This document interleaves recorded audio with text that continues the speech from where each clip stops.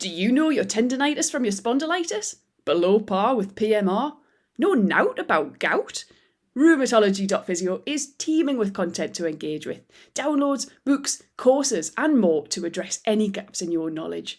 Head to rheumatology.physio, your one-stop shop for rheumatology information.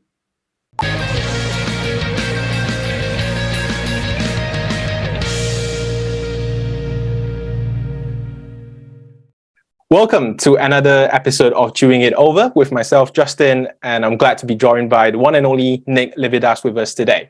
So Nick, what is a corticosteroid injection and is it actually harmful to knee osteoarthritis? Well, it's an injection that is widely used within MSK practice and orthopedics and has been since the late 1950s now. So these things have been around for 70 years. And within that time, we've seen a pretty steady pattern of practice to use corticosteroid injections for the treatment of osteoarthritis and soft tissue disorders. But particularly for the knee, you're right in questioning their safety. And that is something in the Therapy Live talk we'll certainly kind of go down and explore in more detail to give the audience that evidence-based perspective of where we are 70 years on from us starting to use corticosteroid injections for knee osteoarthritis. Yeah, I think it would also be helpful to maybe start from how you get into injection in the first place. I know we sort of spoke a little bit off air about how you got into it. So maybe you can share that with the audience, like how you got into injection, how are you finding it, and is there any changes for the past 10 to 15 years, shall we say?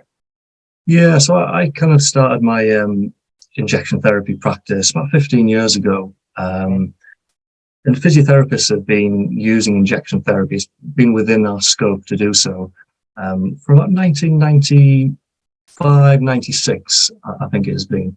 And in that time, there's been a steady growth in the number of courses available for UK physiotherapists. With that has come the non-medical prescribing route for many. And in both in NHS and private practice, we see a number of clinicians using injection therapy skills. And that for me is a positive for the profession to kind of extend their scope to include injection therapy. But it's got to be based on sound clinical reasoning.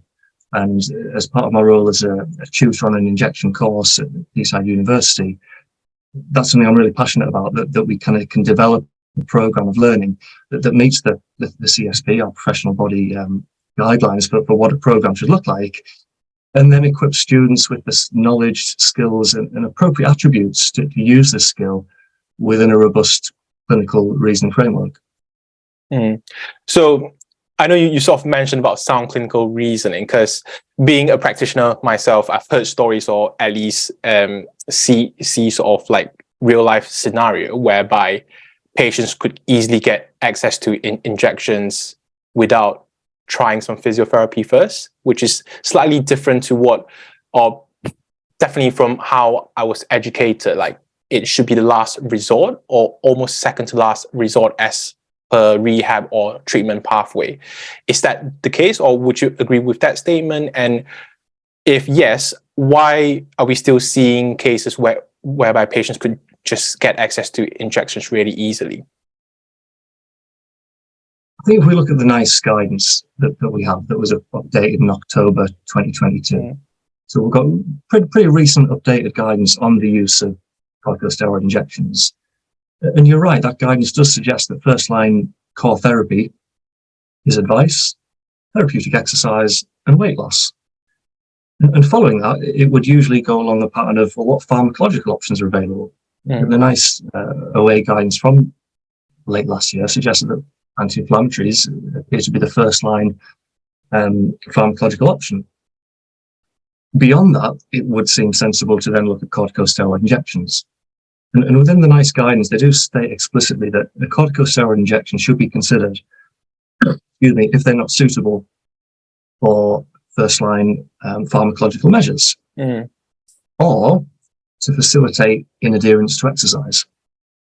And I think that's the area sometimes that maybe a steroid injection is offered earlier if someone's level of pain is not enabling them to engage in appropriate therapeutic exercise and rehabilitation. So having this kind of linear stepped approach to when a steroid injection is offered probably isn't great clinical reasoning. If we feel actually someone's level of pain, their impact on their sleep and their ability to engage in rehab and therapeutic exercise is affected. So maybe in some instances it might come earlier. Okay, yeah, that is a good point. With the use of corticosteroid injection, certainly it varies from clinician to clinician, because the indication to administer inject the knee will based on, let's say, the patient's presentation. If we take two patients, one with like more pain, and if it's clinically indicated, we would have injected them. In your experience, what would be some of the indicators that would make you incline more towards injection, and what would be the contraindication not to do so for knee OA? Yeah, that's a great question. And look, we live in a personalized care world now, don't we? In terms of how we approach decisions. And I think as clinicians, we talk about, I would not inject in this instance, or I would inject in that instance, with the emphasis there on the word I. Actually, as in a personalized care approach, it's always a we, because that decision is very rarely a paternalistic one by the clinician. It should be an appropriate shared decision with the patient. And that's why it's sometimes tricky to say, in this instance, I would inject, or in another instance, I wouldn't inject. Because actually, it's our responsibility to discuss this as an option with patients when indicated. Part of that discussion is around the risks, the benefits, and where possible, trying to evidence those risks and benefits on sound available literature. And I think as a lot of the research has demonstrated, clinicians and patients probably overestimate the benefits of improvements from steroid injections and other treatments, and probably underestimate the risks. Now, one thing that we have got now, thanks for NHS England and the personalised care team, is these beautiful shared decision aids, which are published on the NHS England website. And increasingly, those are a really nice way to engage in that conversation with a patient, because they're written in layperson's language. They've got pictures, they've got infographics, and it really outlines nicely for a patient. You know what? The benefit of this is lasting typically between 2 weeks and 10 weeks. And that's what NICE now tells us. And if we look at the decision aid, it presents it beautifully well, that if 100 people were to have a steroid injection, the knee OA, it would benefit 50. Which then means when you're having a conversation and they might say, you think this might help me? We can now lean on the decision aid, which is supported by evidence, to say, well, if 100 people were to have this, it would help about 50. And the other 50 wouldn't help. It's a bit like flipping a coin. Yeah. And sometimes that's really quite illuminating for patients that didn't appreciate, actually, that's not great odds, And then when the patient says, well, how long will it last for? We now have nice guidance to suggest that we should be telling patients that this will be short term, and the typical duration is between 2 weeks and 10 weeks. So, as clinicians, sometimes we're under a bit of pressure from a patient, maybe our colleagues, to offer a steroid injection. And often patients' perceptions of that injection is that it's a panacea, it's a cure. Or I can have them repeatedly over and over again. But when presented with the evidence of there's a 50% chance this might help you, it's going to last between 2 and 10 weeks, I'd then follow that up with a question to the patient to say, well, what are your thoughts on that? And quite often the patient's thoughts are then, oh, that doesn't sound great. What other options did you say there was?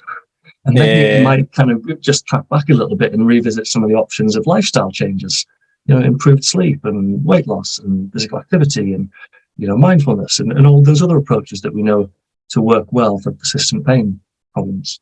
Yeah. So one thing that's definitely changed my practice is like maybe coming from like a more medical background or culture, we always think like, right, orthopedic interventions are always like the golden ticket. And then everything would be, once there's some intervention in, things would be better. But then with things like decision aids, really good quality evidence-based information and presenting in a more understandable way according to the health literacy, it's definitely something that would change the patient's perspective of, actually, like what you said, the odds are not that great. I know you've touched on a little bit about benefits. What about the risks of knee OA? And I know you probably will tell a little bit more during the Therapy Live talk, but potentially give us a little bit of information, little bit of teaser. Yeah, so it's really probably over the last 3 to 4 years that we've started to develop some evidence. Yep. For many years, decades, there's always been this thought of there may be a risk of chondrotoxicity, so a negative effect of the steroid on the articular surface of the joint. But we've never had any literature or evidence to support that. That was largely based on anecdotal perception, usually from surgeons that will say, I can tell a person who's had a lot of steroid injections because the cartilage in the knee looks terrible. Yeah. But now we're starting to see longitudinal studies that have looked at repeat injections and have had appropriate follow-up for 2 years and even up to 5 years.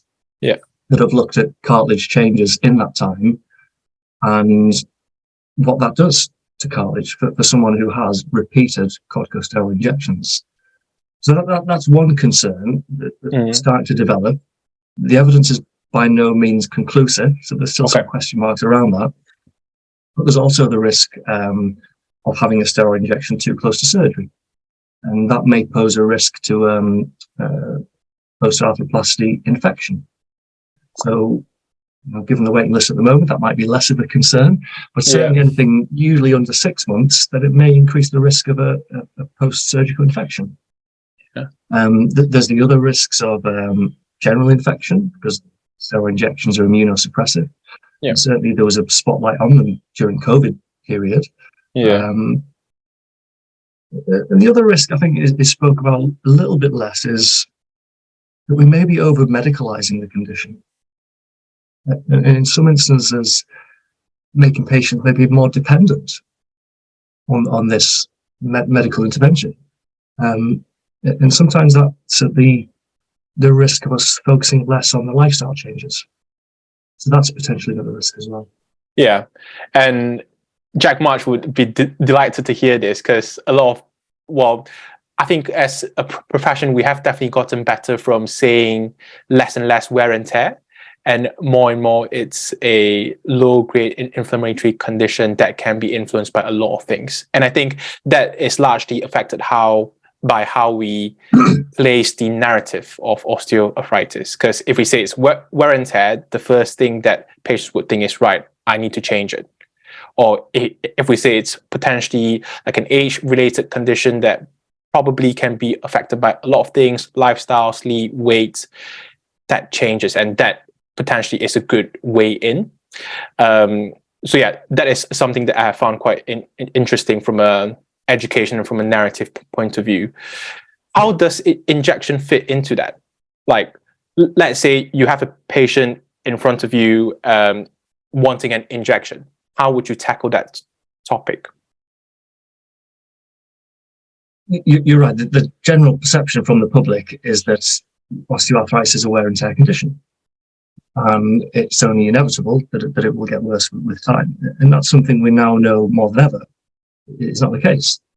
There's modifiable aspects of this, and the pathogenesis of OA we don't fully understand yet, but we know more now than we ever did. And we know now there's also nociplastic aspects of osteoarthritis of the knee, which may be amenable to therapies.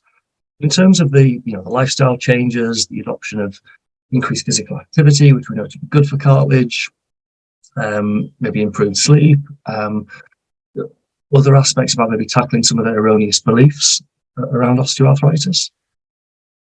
Sometimes clinicians will look at an injection as a way to open a window of opportunity, because patients will typically say, look, I know I need to exercise more. I know I maybe need to lose some weight, but I'm really struggling because of the pain I'm in.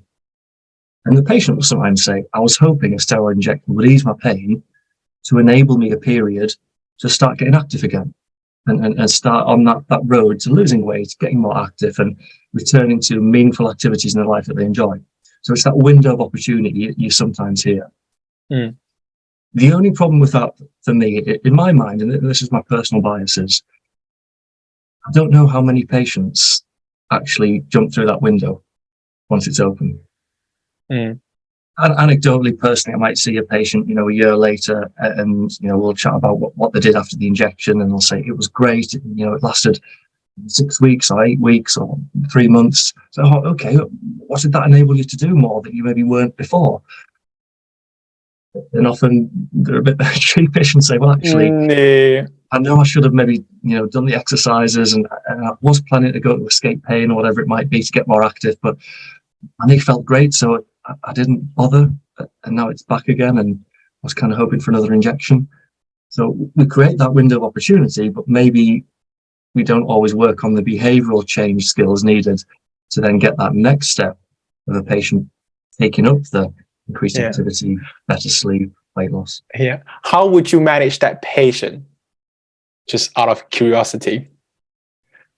That's a tricky one. I try and kind of, and I'm no expert in motivational interviewing, but I'll try and kind of lean on some of the motivational interview techniques, or trying to kind of elicit from that person the why in terms of the benefit to them and their life of being more active. Explore from their perspective, what is it about life they want to return to? How important is it to them that they return to that activity, whether it's gardening, playing with the children, going bowls, looking after the allotment, whatever it might be, and trying to kind of use those MI type skills to try and kind of facilitate that behavioral change.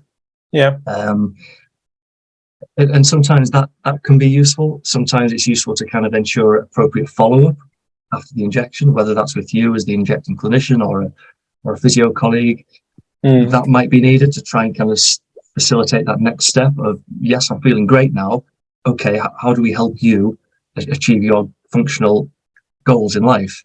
Now we've got this window of opportunity. Because of how stretched services are, sometimes that might not always happen. Makes sense. But that might be a factor that might help facilitate that patient then maybe using that pain reduced period to get more active.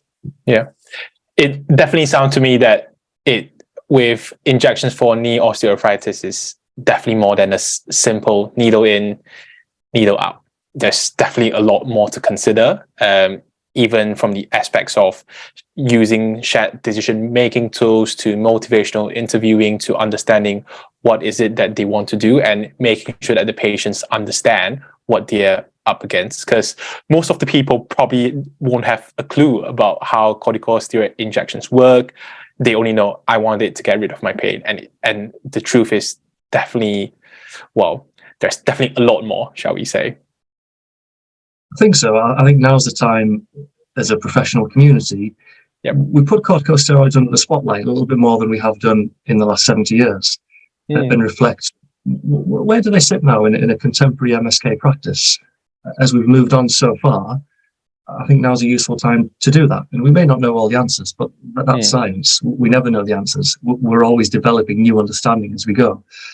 But in the face of kind of emerging evidence about their potential harm, which we've always kind of assumed, now seems a good chance to do that. And in the Therapy Live talk, we'll go into a little bit more detail to help those that are attending just have that appreciation of the evidence of where we're at with these injections, and can have better informed conversations with more confidence with patients to engage in a truly personalized approach, adopting shared decision making. It's definitely a great way to plug the event and your talk. And I've just double checked. Your talk is going to be on 9:45 on the advanced MSK practice stage. The date of Therapy Live is the 24th of June. We have got a lot of sort of sessions on that day, and Nick's session is going to be one of them on the advanced MSK stage. Nick, I don't think this is the first time that you've presented at Therapy Live.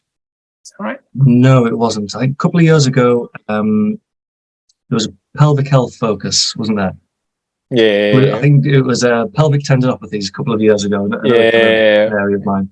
Yeah, and I think you've definitely sort of coming to this year's sort of talk definitely as a different sort of role. Because I know you've talked a bit more like you're an injector and you're also promoting like a course, or you're leading a course. Is that right? Tell us a little bit more about it. Yeah, so over the last couple of years, it became really apparent that there was no real course available for injecting clinicians and non-injecting clinicians to develop as an update course for those that have been using it for a while, but also those clinicians that were on maybe an FCP portfolio route or those working in MSK services. We just wanted a better ability to have conversations with patients. So it's a half-day course, 3.5 hours online, and I'll be putting the link with some of the learning outcomes and the link to the upcoming courses at the end of my presentation for Therapy Live. So if you're interested, need an update, or just want to know a little bit more, then certainly I'll signpost the audience to that as well. 100%. Definitely want to look out for. Nick, thank you very much to coming on to this during it over session. Where can people find out a little bit more about you? Like, what's your social media handle? How can people find probably Twitter at Nick Livadas. So as the name is spelled, and LinkedIn as well. Those are probably the best two avenues to find me. Brilliant. Thank you very much, Nick, for coming on, and we'll see you at Therapy Live. Take care. Look forward to it. See you there. Bye now.